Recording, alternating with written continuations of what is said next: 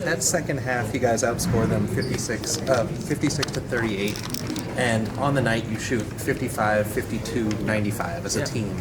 Just how much did that defense generate your offense to help you pull away in that second half? Yeah, I mean, I think that we were really happy with the way that we started in the first half, and we knew we had an opportunity to turn it around. So really getting up to touch on everything, making higher pickup points, but also, understanding, like, even the last game against Indy, we won by whatever we won by, and we only had 6 deflections.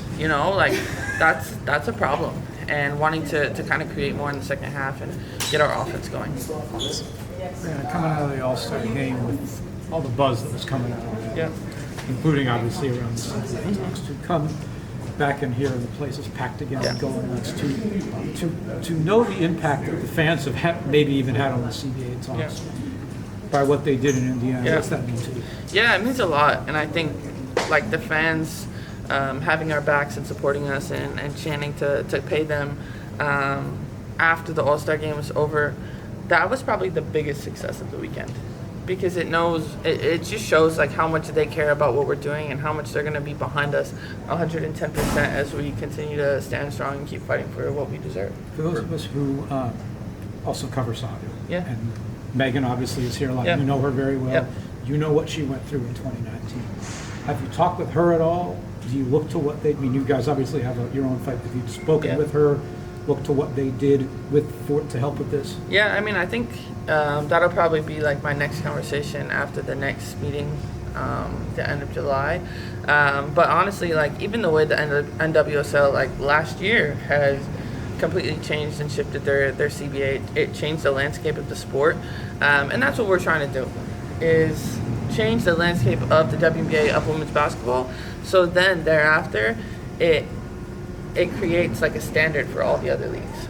Breanna, Unrivaled social media channels state that 35% of its players, including Sabrina and Ionescu, are averaging career best in scoring. So what does a stat like that mean to you? And what benefits have you seen in the halfway through the first post-Unrivaled season? Yeah, I mean, I think having Unrivaled is a great opportunity for everyone to come together to play, but also to work on their games, get their bodies right, things like that, where we're not taxing, grinding, playing, traveling, all those things. Like, you're just able to kind of get better, and you see that with people playing better, people scoring more, shooting, whatever, assisting, whatever the case may be, like throughout all the stats. I think, almost all the players that went to Unrivaled are having a pretty good season. Stewie, with the two new players coming in, Steph and Emma, a lot of people talk about they're the right players, but they're also the right people to come into this organization. Just how important is that to have not only the right players, but the right people in this organization? Yeah, I mean, I think it's got to be incredibly difficult to come into a team halfway through, and both are different situations. Steph was waived and we picked her up, and I played with Steph in Seattle, and she's super unselfish and really will do whatever she needs to for the team, so I'm happy that she's here. And the same with Emma. She's has a high basketball IQ, is someone that loves the game, but also appreciates the people around her and makes sure that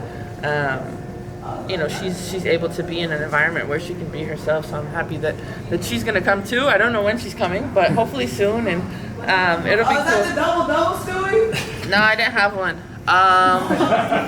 Not really. Not really. 17. But yeah, I'm excited for Emma to WNBA come. all-time scoring list, though. She moved to 16. Yeah. Have you talked to Emma?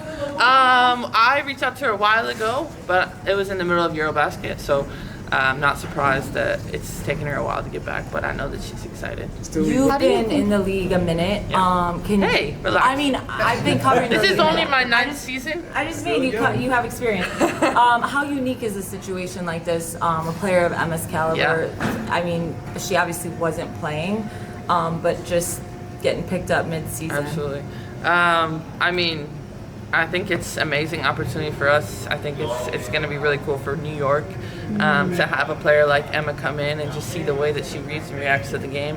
And honestly, like, I didn't think it was possible, but somehow we were able to get her. We were able to get Steph. Like, Jonathan has been doing a hell of a job, and I'm just excited for our team to kind of be full and be complete, and we just really get after it. How much do you think by adding that depth to the front court, and even like, Izzy's really found her place and is very comfortable out there, and Niara, when she is healthy, is able to play, kind of also allows maybe like you and JJ and stuff to play a little bit less minutes so you can be fresher once playoffs come around. Yeah, absolutely. Didn't happen tonight, but hoping it'll happen. Maybe in the future? In the future.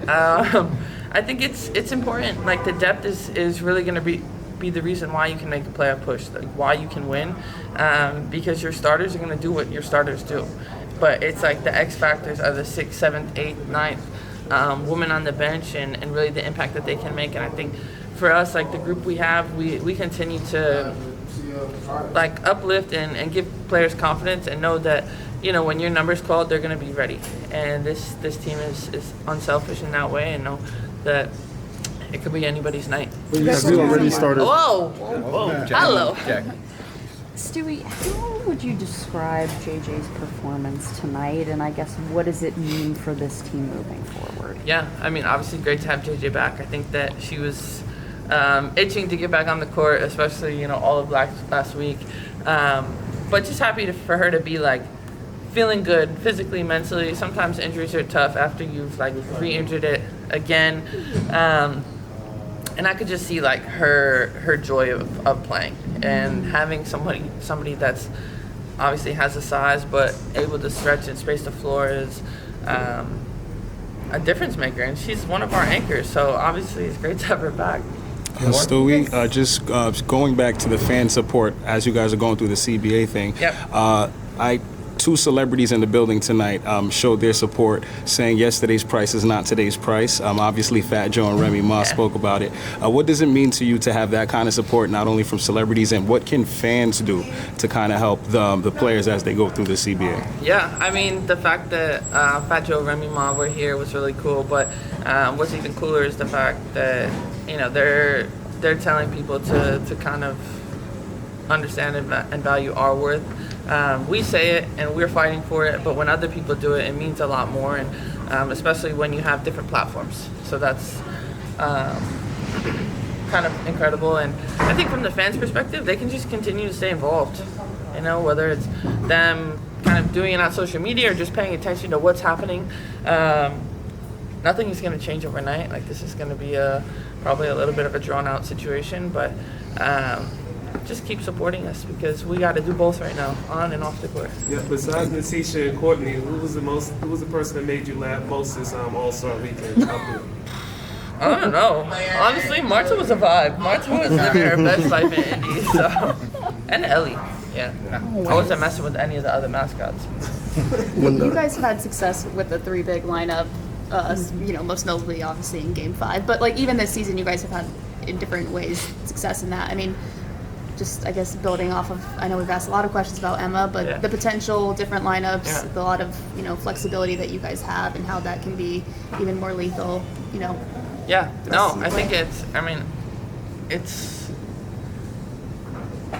like the potential can be like endless. And the way that we're able to play with the big lineup that you see tonight, and the fact that it can actually get even bigger is crazy. And it's just about making sure the ball doesn't stop. Like, that's why it works, is because people can play in different spots, but we're trusting and reading and react to what's happening and giving people their space to play their best. Breanna, you talk about the way that the CBA negotiations have gotten very public. How have you, in your time in the WNBA, seen that conversation shift? Because there are always a lot of bad faith actors around this space, but now it feels like we're starting to see more people on the side of the players here. Yeah, I mean, I think that's really it. Is probably in the CBA before, the most recent one, it wasn't as public.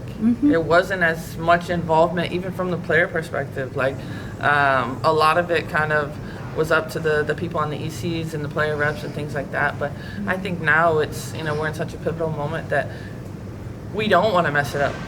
And you could look at the last CBA and be like, well, we got some good things, but we actually agreed to a lot of things that we don't like. And making sure that doesn't happen again, and not being like demonstrative about it when we're being vocal, but just letting people know where we're at, and keeping everyone else as involved as we are. Thanks, Stewie. Appreciate it. Thank you.